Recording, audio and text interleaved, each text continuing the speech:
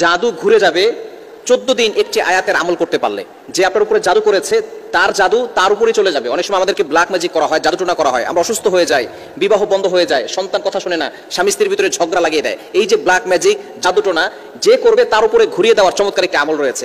এই যে আমরা বিশেষ করে আমাদের কাছের মানুষ যারা আছে তাদের উপরে কিন্তু তারাই কিন্তু মানুষের উপরে ব্ল্যাক ম্যাজিক করে থাকে, কুফরি কালাম করে থাকে। এটা কিন্তু সত্য, অনেকে এটা বিশ্বাস করে, এটা সত্য। যার কারণে মানুষ অসুস্থ হয়ে যায়, দিন দিন সে একেবারে মৃত্যুর দ্বার প্রান্তে পর্যন্ত চলে যায়। এটা কিন্তু সত্য।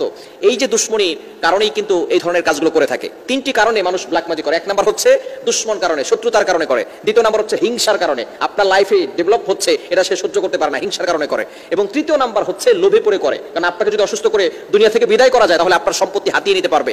এই জন্যই কিন্তু ব্ল্যাক ম্যাজিক করা হয়, জাদুটোনা করা হয়। এজন্য যে আপনার উপরে জাদু করবে তার উপরেই আমলটা ফিরিয়ে দেওয়ার জন্য কোরআনের একটি আয়াতের আমল করবে। 82 নম্বর আয়াতে আল্লাহ তাআলা বলছেন, ওয়া নুনাজ্জিলু মিনাল কুরআন মা হুয়া শিফাউ ওয়া রাহমাতুল লিল মুমিনিন। আল্লাহ তাআলা এই মুমিনদেরকে কোরআনের ভিতরে শিফা দিয়েছে, কোরআনের ভিতরে রহমত রয়েছে, শিফা রয়েছে। এজন্য কি করবেন? এই আমলটি করতে হবে ফজরের নামাজের পরে এবং আসরের নামাজের পরে। মাস্ট বি আপনাকে 5 ওয়াক্ত নামাজ পড়তে হবে, আমল করতে হবে ফজরের নামাজের পরে এবং আসরের নামাজের পরে। এবং অবশ্যই আল্লাহ তাআলার প্রতি পরিপূর্ণ ইয়াকিন থাকতে হবে, বিশ্বাস থাকতে হবে। আল্লাহ তাআলার কোরআনের একটি আয়াতটি হচ্ছে 21 নম্বর পারার 20 নম্বর পৃষ্ঠার 4-5 নম্বর লাইন, সূরাতুল আহজাবের 25 নম্বর আয়াত, ওয়ারাদ্দাল্লাহুল্লাযীনা কাফারু বিগাইযিহিম লাম ইয়ানালু খায়রা ওয়া কাফাল্লাহুল মুমিনিনাল কিতাল ওয়া কানাল্লাহু কাবিয়্যান আজিজা। সূরাতুল আহজাবের কত নম্বর আয়াত? 25 নম্বর আয়াত। এই আয়াতটি দরকার মুখস্থ করে নেবেন, যেহেতু 14 দিন আপনাকে টানা আমল করতে হবে। আয়াতটি 21 নম্বর পারার 20 নম্বর পৃষ্ঠার 4-5 নম্বর লাইন, সূরাতুল আহজাবের 25 নম্বর আয়াত। এটা ওয়ারাদ্দাল্লাহুল্লাযীনা কাফারু বিগাইযিহিম লাম ইয়ানালু খায়রা ওয়া কাফাল্লাহুল মুমিনিনাল কিতাল। আমলটি কিভাবে করবেন আমি আপনাকে বলে দিচ্ছি। ফজরের নামাজের পরে এবং আসরের নামাজের পরে প্রতিদিন 2 বারে আমলটি করতে হবে। টানা 14 দিন আমলটি করবেন। ফজরের নামাজের পরে আপনি বসবেন, বসে আয়াতুল কুরসি একবার পড়বেন, পড়ে এরপরে আপনি আউযু বিল্লাহি মিনাশ শাইতানির রাজিম একবার পড়বেন।